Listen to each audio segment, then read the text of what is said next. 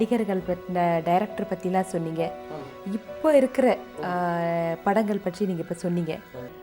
நல்ல நல்ல டைரக்டர்கள் எல்லாருமே திறமையானவங்க தான். எல்லாரும் நல்ல ஒரு திறமையில தான் வந்திருக்காங்க. ஹரியெல்லாம் ரொம்ப நல்ல திறமைசாலி, நிச்சயமாக ரொம்ப நல்ல திறமைசாலி. இப்போ வந்து ஒரு படம் அந்த ஆழ்வார் வந்து புது டைரக்டர் செல்வான்னு ஒரு பண்ணுறாரு அவர், அதுவும் நல்லதான். எல்லாருமே திறமையானவங்க இருக்கிறாங்கப்பா எல்லாம். நடிப்பு தவிர உங்களுக்கு ஆன்மீகத்தில் ஈடுபாடு அதிகம் கேள்வி. ஆமாம், நான் சுவாமிக்கு நிறைய கும்பிட போவேன். என் கடவுள் பக்தி ஜாஸ்தி. ஏதோ ஒரு புத்தகத்தில் கூட படிச்சிருக்கேன், 108 கோவில்கள் அம்மன் கோவில்களுக்கு. ஸோ ஆன்மீகத்தில் எப்படி உங்களுக்கு? அது மாதிரி போவேன், மனசு வச்சு போகணும். எனக்கு ஒரு 2-3 நாள் லீவ் இருக்குதுன்னு சொன்னால் பசங்களெல்லாம் கூட்டிகிட்டு கோயிலுக்கு தான் போவேன், ஒழிஞ்சு வேறு எங்கேயும் போகிறதில்ல. அதுதான் பண்ணுறது. என் பேரன் பேத்திங்களாம் கூட, அம்மா கோயிலுக்கு தான் கூட்டிகிட்டு போகிறீங்க, வேறு எங்கேயும் கூப்பிட்டு போக மாட்டீங்களா அப்படின்னு சொல்லுங்கள். வேறு எங்கேயும் கூட்டிகிட்டு போகிறது, நாங்கள் எங்கேயாவது கூட்டிட்டு போனால் கூட்டம் கூடும். ஆனால் அந்த கோயில்னால் அது பரவாயில்ல, அட்ஜஸ்ட் ஆகிக்கிட்டோம். அப்படி மாதிரி அது மாதிரி கோயிலுக்கு நான் ஏதாவது போகணுன்னா 2 நாள் லீவுன்னா கோயிலுக்கு தான் போவேன். அப்படிங்களா? நீங்கள் வந்து நிச்சயமாக நடித்ததுக்கு விருதுகள்லாம் நிறையவே வாங்கியிருப்பீங்க. அதில் உங்களுக்கு ரொம்ப பெருமை சேர்க்கக்கூடிய விருது என்னென்ன விருதுகள் பற்றி சொல்லுங்கம்மா. விருதுகள் நிறைய வாங்கியிருக்கிறேன்ம்மா. கலைமாமணி வாங்கியிருக்கிறேன். அப்புறம் இங்கே நம்ம தமிழ்நாட்டில் வந்து ஒரு முதல்ல சிறந்த துணை நடிகை அப்படின்னு தில்லா நம்பாளுக்கு எனக்கு கொடுத்தாங்க. நான் வாங்கினேன். மக்கள் திலகம் எம்ஜிஆர் அவர்கள் வந்து சிறந்த நடிகருக்கு, பத்மினி வந்து சிறந்த நடிகைக்கு, அப்புறம் இந்த துணை நடிகருக்கு பாலே அண்ணன். ஏன்னா தில்லா நம்பாளில் எல்லாருக்குமே கொடுத்தாங்க. அப்புறம் நிறைய இந்த என்எஸ்கே அவார்டு, அண்ணா அவார்டு, எம்ஜிஆர் அவார்டு, அப்புறம் ஜெயலலிதா பேரில் கூட ஒரு அவார்டு, இதெல்லாம் இருக்குது. ரொம்ப சொல்ல வேண்டியதுன்னா பத்மஸ்ரீ அவார்டு கிடச்சிது. ரொம்ப பெரிய ஒரு விஷயம். இன்னும் நேரம் வரல சார். பெங்களூர்ல இருந்து நான் சீசன் தவறாம இந்த சிம்லாவுக்கு வர்றதே இவளுக்காக தான் சார். இந்த சீசன்லயாவது கண்டிப்பா நிச்சயமாயிடும் நினைக்கிறேன். ஆமாமா, இந்த சீசன். உங்களை வந்து உங்களுடைய பிறப்பு எந்த ஊர்மா? முதல்ல கேட்டிருக்க வேண்டியது நீ. எது கேட்குறேன்னா, ஆச்சி ஆச்சின்னு எல்லாம் ரொம்ப செல்லமாக கூப்பிடுவாங்க. ஆச்சி ஊரெல்லாம் இதே பேச்சு. நான் வந்து பிறந்தது தஞ்சை மாவட்டம் ராஜமன்னார்குடி, அங்கே தான் நான் பிறந்தேன். என்னுடைய தகப்பனாருக்கும் எங்கள் தாயாருக்கும் அவங்களுடைய தங்கையவே கல்யாணம் பண்ணிக்கிட்டாரு எங்கள் அப்பா அந்த காலத்தில். அவங்களுக்கு எங்களை இருக்க விடலை. அதனால் எங்கள் அம்மா வந்து நான் ஒரு 10 மாத குழந்தையில் என்னை எடுத்துக்கிட்டு செட்டிநாடுக்கு போயிட்டாங்க. ஏன்னா அங்கே தான் பிழைக்க முடியும், நீங்கள் எங்கேயுமே இருக்க முடியாது, ஒன்று நான் விட மாட்டேன்னு சொன்னாங்க. சினிமாவில் வர மாதிரி அதான் அது மாதிரி தான்மா. அந்த மாதிரி அங்கே போய் அவங்க ரொம்ப கஷ்டப்பட்டு செட்டியார் வீட்டுகளில் வேலை செஞ்சு பலகாரமெல்லாம் சுட்டு விற்று அதெல்லாம் பண்ணி அதுக்கப்புறம் தான் வந்து நான் நாடகங்கள்லாம் ஆகிட்டு. இப்போ நான் ஒரு காரைக்குடி போனாலே வந்து காரைக்குடிக்கு நிறைய படத்துகளுக்கு போயிருக்கிறேன். இந்த பெரியார் படத்தில் தான் பள்ளத்தூர்லேயே எடுத்தாங்க பெரியார். எனக்கு அது ரொம்ப பெருமையாக இருந்தது. நான் எத்தனை நாட்டுக்கு போனாலும் நான் மறக்க முடியாத நாடு செட்டிநாடு. அது ஏன்னு கேட்குறியா, என்னை வந்து நாடகத்தில் ஆக்ட் பண்ண வச்சவங்களும் செட்டியார்கள் தான்.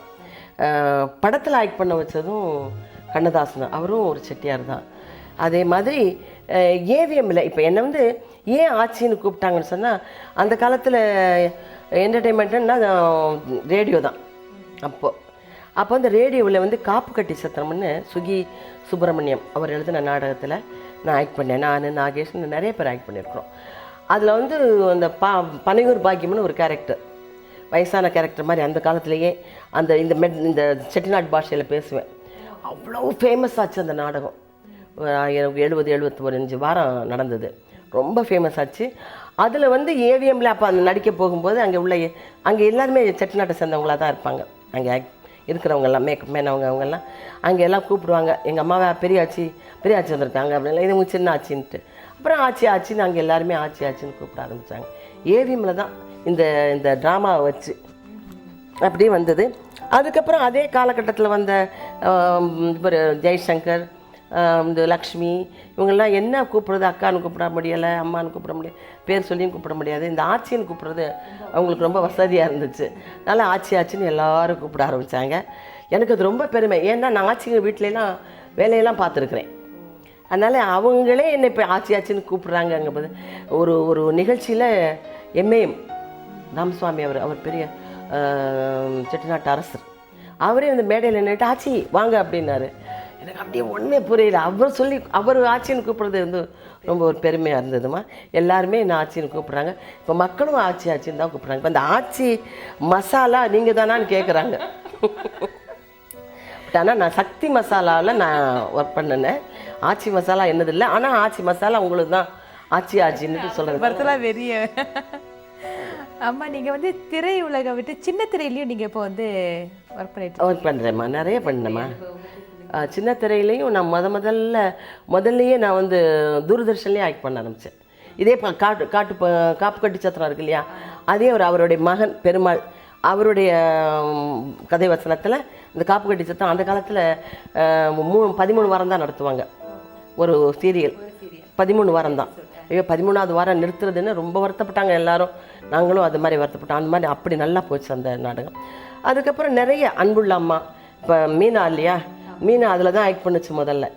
சின்ன பிள்ளையா இருந்து இல்லாமல் சின்ன பிள்ளைக்கு அப்புறம் குமாரியா வந்தது அந்த அன்புள்ள அம்மாவில் தான். அதில் தான் ஆக்ட் பண்ணதை பார்த்து தெலுங்குலாம் ஆக்ட் பண்ண போச்சு. அதுக்கப்புறம் ரொம்ப ஃபேமஸாக வந்துச்சு. அப்புறம் நிறைய நாடகங்கள் ஆக்ட் பண்ணேன். இப்போ சமீபத்தில் அல்லி ராஜ்யம்னு ஒன்று பண்ணேன். திங்கள் கிழமை 8:30க்கு பண்ணினேன். அது ரொம்ப நல்லா இருக்குது.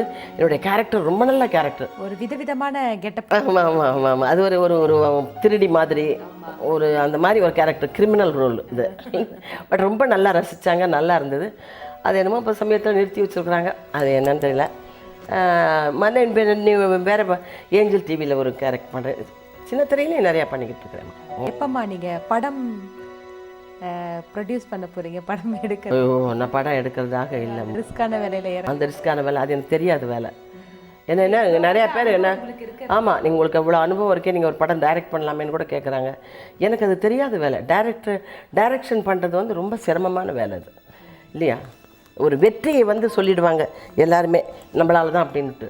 தோல்வியும் ஆச்சுன்னா அந்த டைரக்டர் மேலே தான் போயிடும். ஏன்னா அவர் தான் அந்த படத்துக்கு ஆமாம் ஒரு கப்பலுக்கு எவ்வளோ பெரிய கேப்டன் எவ்வளோ முக்கியமோ அது மாதிரின்னு சொல்லுவாங்க டைரக்டர். அது மாதிரி அந்த வேலையெல்லாம் எனக்கு தெரியாத வேலை. எனக்கு தெரிஞ்ச வேலை ஒன்று நடிப்பு வேலை தான். அதுதான் அதில் தான் இருக்கணும்னு ஆசைப்பட்டுக்கிட்டு இருக்கேன். அது மாதிரி நடக்கும்னு நான் ஆண்டவனை வேண்டுறேன். அப்போ நீங்கள் வந்து திரை உலகத்தில் இருக்கும்போது நிறையா வெளிநாடுகளுக்கு போயிருக்கிற வாய்ப்பு நிச்சயமாக உங்களுக்கு கிடச்சிருக்கும். வெளிநாடுகளில் உங்களுடைய ரசிகர்களுடைய எதிர்பார்ப்பு எப்படி இருந்தது, அவங்க எப்படி இருக்காங்க அந்த ஊர்? ஆமாம், நாங்கள் நிறைய வெளிநாட்டுக்கு போயிருக்கிறேம்மா. எப்படி போனேன்னு சொன்னால் சிலோன் தமிழர்கள் பூரா அங்கே எல்லாம் இருக்கிறாங்க, எல்லா நாட்டிலையும் இருக்கிறாங்க. அவங்களுக்கு வந்து அவங்க நாட்டில் வாழ்கிறதுக்கு அவங்களுக்கு நேரம் வரணும் அப்படின்னு நான் வேண்டுறவன் கண்டிப்பாக. அவங்க ஏன்னா நான் முதல்ல பார்த்த வெளிநாடே சிலோன் தான். 72ல் முதல்ல பார்த்தது அந்த சிலோன் தான். அப்படி ஒரு அருமையான நாடு அந்த நாடு இன்னும் நல்லா இருக்கணும் அப்படின்னு சொல்லி ஆண்டவனை நான் வேண்டிக்கிட்டு இருக்கேன்.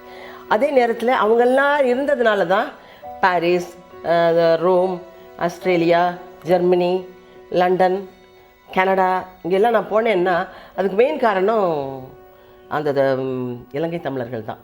அவங்கெல்லாம் அங்கே இருக்கிறதுனால தான் எங்களை கூப்பிட்டாங்க. இல்லைன்னா நாங்கள் வந்து அந்த நாட்டையெல்லாம் எப்படி பார்த்துருக்க முடியாது. அதே நேரத்தில் சிலோன் வந்து ஒரு அமைதி பூங்காவாக, அந்த ஒரு சுற்றுலா பயணம் வர்றவங்க எல்லாருமே சிலோனுக்கு போகணும்னு நினைக்கிற ஒரு காலம் வரணும். அந்த சிலோன் வந்து அமைதியாக இருக்கணும், அவங்களுக்கும் நல்லது நடக்கணும், இவங்களுக்கும் நல்லது நடக்கணும். அது எப்போ அந்த நிலைமை வரும்னு எனக்கு தெரியலை. உள்ளமாற மனமாற நான் அதை வேண்டேன். ஏன்னா அந்த மக்கள் அவ்வளோ கஷ்டப்படுறாங்க, அங்கே எங்கேயும் அலையிறாங்க, பாவமாக இருக்குது. அவங்களாம் நல்லா இருக்கணும். ஆனால் ஒரு காலத்தில் பார்த்த ஒரு நாடு, அந்த நாடு நல்லா இருக்கணும்னு ஆண்டவனை மனசார நான் வேண்டிக்கிறேன். அங்கே இருக்கிற ரசிகர்கள்லாம் என்கிட்ட ரொம்ப நல்லா பேசுவாங்க. ஏன்னா நான் அவங்க பேசுகிற அந்த மொழியிலையும் நான் பேசியிருக்கேன். சிலோன் தமிழில் வந்து அந்த காலத்துலேயே பைலட் பிரேம்நாத்தில் ஆக்ட் பண்ணியிருக்கேன். அது மாதிரி தேங்காய் சீனிவாசன் நான் ஆக்ட் பண்ணியிருக்கோம். அப்புறம் பாயும் புலியில் ஒரு சிலோன் பாஷை பேசுவேன். அது மாதிரி எனக்கு ரொம்ப பிடிச்சவங்க அவங்க. அவங்க மொழியில் நீங்கள் பேசும்போது அவங்களுக்கு இன்னும் ரொம்ப அட்டாக், ரொம்ப பிரியமாக இருப்பாங்க. ரொம்ப எல்லாருமே ரொம்ப அன்பாக இருப்பாங்க, ரொம்ப அன்பானவங்க. அவங்களாம் நல்லா இருக்கணும், அவங்களுக்கு ஒரு நல்ல எதிர்காலம் வரணும், நல்ல பாதை கடை திறக்கணும் அப்படின்னு ஆண்டவனை வேண்டாம். அம்மா, உங்களுடைய நடிப்பில் வந்து விமர்சனம் பண்ணுறவங்க இன்றைக்கும் யாராவது இருக்காங்களா? எங்கள் அம்மா இருந்தாங்க. எங்கள் அம்மா வந்து நான் ஒரு நாளும் நீ நல்லா நடித்தேன்னு சொல்ல மாட்டாங்க. இன்னும் கொஞ்சம் நல்லா நடிக்கலாம் அப்படிம்பாங்க. ஏன்னா நான் வந்து தலகணம் வந்துடும்னு நினச்சாங்களே. அதே மாதிரி தான் அண்ணனும் சிவாஜியும் அப்படி தான் சொல்லவே மாட்டார். என்கிட்ட என் நல்லா நடித்தேன்னு சொல்லவே மாட்டார். சின்ன தம்பி பார்த்துட்டு அவர் சொன்னார், அதை மட்டும் சொன்னார், எங்கே கற்றுக்கிட்டேன் இதெல்லாம் அப்படின்னு கேட்டார். நான் சொன்னேன் எல்லாம் உங்ககிட்ட இருந்து தானே கற்றுக்கிட்டேன் அப்படின்னு சொன்னேன். அப்படின்னாரு. அது மாதிரி யாரும் விமர்சனம் நல்லா நடிக்கலை நீங்கன்னு யாரும் இது வரைக்கும் சொல்லலாமா? இல்லை, நீங்கள் எதிர்பார்க்குறீங்களா நம்ம சொன்னால் நம்ம? ஆமாம், நிச்சயமா என்னுடைய குறை நிறையும் சொல்லத்தானே வேணும். அது யாரும் இன்னும் வரைக்கும் சொல்லலை. நிறைவோடு நீங்கள் இருந்துட்டு இருக்கேன்னு நினைக்கிறேன். நிச்சயமா ரொம்ப சந்தோஷமா இந்த துருவ நட்சத்திரங்கள் நீங்கள். அப்புறம் அதை இதையும் போட்டுக்கிட்டோம். இப்போ நான் அந்த டைரக்டர்களை பற்றி சொன்னேன் இல்லையா, ஒரு கப்பலுக்கு ஒரு கேப்டன் எவ்வளோ முக்கியமோ அது மாதிரின்னு சொல்லி, கேப்டன் உடனே எனக்கு நினைவுக்கு வர்றவர் விஜயகாந்த் அவர்கள். அவரோடவும் நிறைய படம் பண்ணியிருக்கிறேன். குறிப்பிட்டு சொல்லணும்னா சின்ன கவுண்டர், அது அருமையான கேரக்டர். அவங்க அம்மாவை ஆக்ட் பண்ணுவேன் ஆர்வி உதயகுமாரோடைய டைரக்ஷனில். வேட்டி 4 சரட்டு 2 தவசி துண்டு 2 அண்டடாயிருங்கடா. அதான் நான் போட்டுக்கிறேனுங்க. ஒண்ணுதாரா கேட்டா தவசி அண்டடாயிரு. இந்த வெள்ளாவில் வந்த கணக்கெல்லாம் சரி பாரு. பெத்த கணக்குல ஒண்ணு தப்பி போய் தனியா புலம்பிட்டு இருக்கு. அத கணக்குல இருந்து விட்டுரு. என்றா சொல்ற? காராறு சிறகு 2 கடுகு போல கண்ணு 2 ஈயடா இடிச்ச வாயான்னு ஈக்கெல்லாம் கதை சொல்லுவியே. இப்போ உன் வாயில அத இடிச்சு போயிருக்கு. என்றா பெரிய பேச்செல்லாம் பேசிக்கிட்டு கிட்டுச்சன்னா கண்ணாமணி திரும்பி போகும். ஏண்டா பல்லு 2 எடுப்பா இருக்கிறது மட்டும் ஆளாளுக்கு பேசுவீங்களா? என்னது 2 பல்லா? எல்லா பல்லும் தான் மாம்பட்டி மாதிரி நீட்டிட்டு நிக்குது. சரதான் இருக்கிக்கிட்டு விஷயத்தை சொல்லி காட்சி போடுவேன். இந்த பல்லுல கடிக்கிறது ஒண்ணுதான், கடப்பாறையில கிணறு வெட்டுறது ஒண்ணுதான். என்றா அங்க முணுமுணுப்பு? உன் பேத்தி கதையை சொல்ல வந்தனாத்தா. ஏண்டா அவளுக்கு என்ன? தாவடி போட்டுட்டு இருந்த புள்ள சேலை கட்டிக்கு ஆசைப்பட்டு சேலைக்காரனை கூப்பிட்டு இருக்கு. சக்கரை கவுண்டர் வெப்பாட்டி இல்ல, அவ வெத்தலைய கொட்டலாவுல போட்டு கொட்டுற மாதிரி உன் பேத்திய கொட்டு கொட்டி விட்டான். பாவ பச்சை புள்ள முகம் எப்படி வாடி போச்சு தெரியுமாத்தா? நீ என்னடானா இங்க அண்டடாயிரம் கணக்கு போடுற. ஏண்டா எவ்வளவு ஒரு சீமச்சிருக்கி வந்து என்ற பேத்திய கொட்டுன்னு கொட்டது பாத்துக்கிட்டு சும்மா வர வந்த? அங்கேயே 4 வார்த்தை கேட்டு போட்டுதானுங்க வந்தேன். இது வாரு, ஊருக்குள்ள எத்தனை சீலை துணிக்கார சுத்தினாலும் சரி அத்தனை பேருக்கு இங்கே அனுப்பி வையே. என்ற பேத்துக்கு எப்பேற்பட்ட சீலை வாங்கி கொடுக்கணும் எனக்கு தெரியும்டா. உனக்கு என்ன தைரியம் இருந்தா என்ற காட்டுக்குள்ள பட்டி போட்டு ஆடி மேப்ப? பட்டி போட்டு ஆடு இல்லையே, குட்டி போட்டு ஆடல மேய்ச்சிட்டு இருக்குது. ஏலே, இந்த எகத்தாளம் எல்லாம் என்ற கிட்ட வச்சுக்காத, பல்லெல்லாம் ஏகி போயிடும். பல்ல பத்தி மட்டும் நீ பேசாத. என்னமோ பெருசா நல்ல பல்லு வச்சிருக்கிற மாதிரி. என்ற மாதிரி ஒரு நாள் சிரிக்க முடியுமாத்தா? எங்க நீ சிரி? ஏண்டா எம்பட சிரிப்பு கண்ணா? ஐயோ காட்டாடி பல்லு. ஆத்தா குழந்தை பயப்படுது, வாய மூடாத்தா. உன்னால மூடவும் முடியாது. சத்தியமா இனிமே உன்ன நான் சிரிக்க சொல்லவே மாட்டாத்தா. ஏன் ஆத்தா பல்லு அப்படி இருக்கு? என்னமா ஆத்தா பல்ல நான் அப்படி பண்ண மாதிரி என்கிட்ட கேள்வி கேக்குற? வாய வச்சுட்டு சும்மா இருந்தா தானே. தீபாவளி நாள் அதுமா போய் அவன்கிட்ட எகத்தாளம் பேசியிருக்கு. பட்டாச்சாரத்து கொளுத்தி அவன் ஆத்தா வாயில போட்டான். அன்னைக்கு செடன பல்லு தான் இது. இருங்கடுதே, இந்த வருஷம் பட்டாசு கொளுத்தி 1.5 வாயில போடு. ஆத்தா என் வாயில வேண்டாம் பாரு, இவன் வாயில போடு. இருங்கடா, அடியன் கோண காலத்து இருக்கே. ஆளாளுக்கு எம்பட காட்ட சொந்தம் கொண்டாடுறீங்களா? சொந்தம் கொண்டாடுறதுக்கு நான் மருமவ பாரு என்றா சொல்ற. இது வேறயா? அந்த ஆடு மேய்க்கிற புள்ள உனக்கு மருமகளா வர போகுதா? ஏன்டா இந்த கத்துற? எனக்கு மருமகன்னா சொல்ற? அடியே, நான் மட்டும் உனக்கு மாமியாரா வாச்சன்னா அந்த வெடுக்கு நாட்டை இடுப்பெலும்ப கழட்டி ஒட்டியானம் பண்ணி போட்டு போய் சாக்குறத கேட்டுச்சா? உன் இடுப்பெலும்பு ஒடிச்சு ஒட்டியானமா பண்ணி போட்டுக்குமா? ஏய், நான் மட்டும் உனக்கு மருமகளா வாச்சேன், உன் முதுகெலும்ப பொல பொலன்னு உதுத்து நூல்ல கோத்து மாலையா போட்டுக்குவேன், ஜாக்கிரத. ஐயோ என்ன பயமா இருக்கு. என்ன பண்றது? 2 எலும்பு கூடுக்கு மத்தியில வந்து மாட்டிட்டோம்டா. என்றா முணுமுணுக்குறா? ஓ முதுகெலும்பு நூல்ல கோர்த்து மாலையா போட்டுக்குமா? அப்படியா சொல்ற? அடியே, கண்ணா பின்னான்னு அலையிற கண்ணாமலி 2ஐயும் தோண்டி கையில கொடுத்து போடுவேன். ஆமா, எம்பட கண்ணு நீ நோண்டியா இல்ல உம்பட கண்ணு நான் நோண்டு? நானு நடக்கிறது நடந்த கடைசியில பாத்துக்கலாம். பயந்துகிட்டு ஓடிட்டா பாத்தியா? ஆத்தா பையனை கூட்டிட்டு போய் வேப்பல் அடிக்கணும் போல் இருக்குது. நீ சிரிக்காத ஆத்தா. நாங்க போறதுக்கு அப்புறம் உங்களோட காட்டுக்குள்ள உட்கார்ந்து சிரி, நின்னுட்டு சிரி, சிரிவா சிரின்னு சிரி.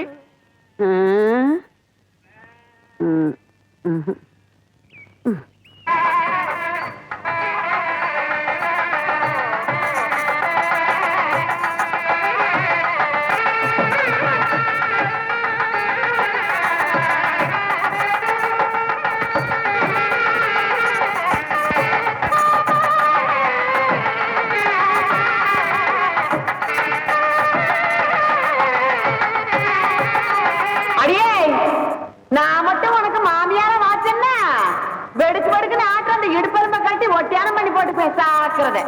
ஏ பெருசு, நான் மட்டும் உனக்கு மருமகளா வாச்சேன், உன் முதுகெலும்ப பொல பொலன்னு உதித்து நூல்ல கொத்து மாலையா போட்டுக்குவேன் ஜாக்கிரதை.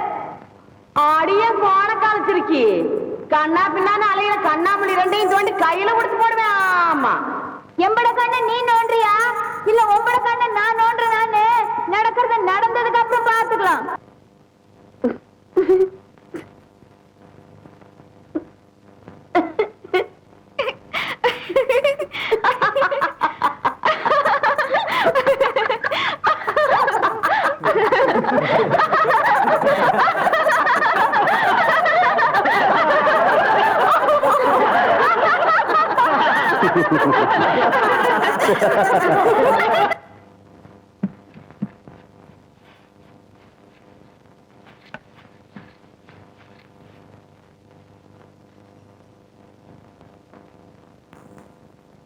வாதாயி,